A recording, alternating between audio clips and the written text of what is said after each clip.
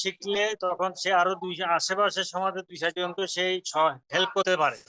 জি, আসলে এটা একটা সোশ্যাল নেটওয়ার্ক, একটা বলা যায় সোশ্যাল নেটওয়ার্কের মতোই। হ্যাঁ, জি, আর কি।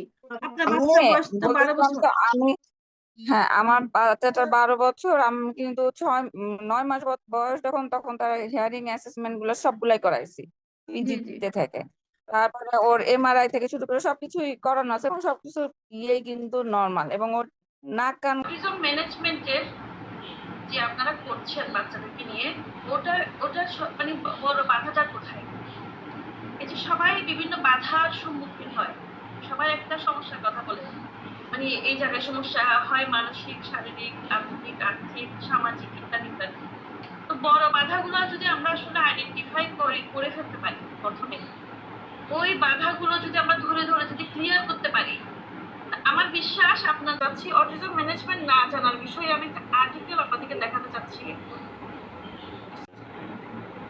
এই যে একটা আর্টিকেল থেকে আমি এটা আপনাদের জন্য নোট করলাম, মানে বাবা মা, ওই যে বাবা মায়ের যে প্রশিক্ষণ প্রয়োজন, বাবা মাকে প্রশিক্ষণ দেওয়ার মাধ্যমে অটিজম কমিয়ে আনা সম্ভব। এটা একটা আর্টিকেল, বিদেশি আর্টিকেল থেকে আমি সংগ্রহ করেছি, একটু আপনাদেরকে দেখাচ্ছি না।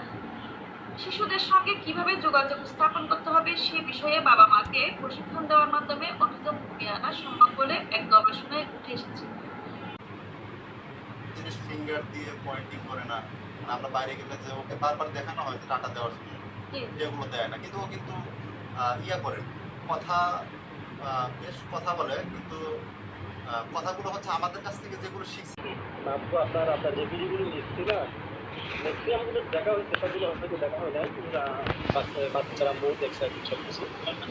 আমি মোটামুটি যতগুলো দেখছি আর কি অনেকগুলো ভালো লাগবে। এর মধ্যে আমাদেরকে আপনি ডিটেলস বুঝিয়ে বললে বা আমাদেরকে ইনফরমেশন দিলে আমরা ওটা ফলো করতাম আর কি। সেটা পারে, ও বাসার অ্যাড্রেস পারে, আমার টেলিফোন নাম্বার, ওর বাবার টেলিফোন নাম্বার পারে, ও যে সুইডেনে থাকে সেটা পারে। হ্যাঁ, তারপর ও যে বাংলাদেশের যে পরিচিতিটা, বাংলাদেশের ও বাড়ি, নানার বাড়ি, এলাকাগুলো, হ্যাঁ এটাও পারে, এটাও জানে। হ্যাঁ, বাংলাদেশ এটাও জানে। হ্যাঁ, আচ্ছা। তারপর যে আমি আবার ওই বাংলাদেশের কনভারসেশনের মধ্যে শিখাইছি যে বাংলাদেশে আপনাকে একটা আপনাকে আপু ড্রামা সাজাতে হবে, এটা কোশ্চেন আছে, পর্ব তৈরি করতে হবে। প্রয়োজনে আপনি ওর বোনকে বসান, একটা কিছু মেক করতে হবে, একটা সিচুয়েশন মেক করতে হবে এখানে। মানে এটা আপনি তো রেগুলারলি বলছেন, এটা তো ওর জন্য বোরিং হয়ে যাচ্ছে। করছেন আর কি।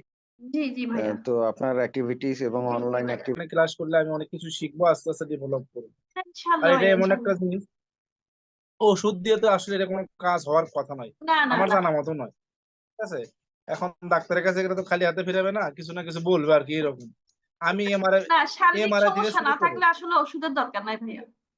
না, শারীরিক কোনো সমস্যা নাই, ওর একটু পায়ের তলায় একটু সমস্যা, মানে ওই একটু ছিল,